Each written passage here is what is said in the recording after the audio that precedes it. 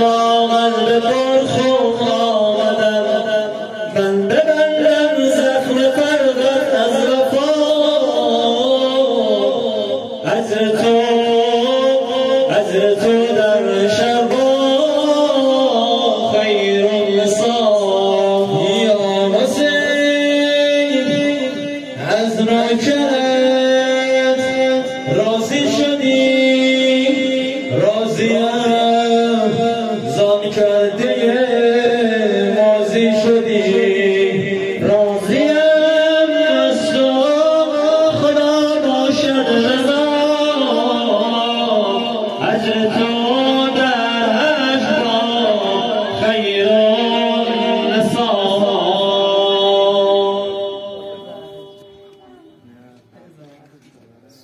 السلام علیک یا ابا عبدالله.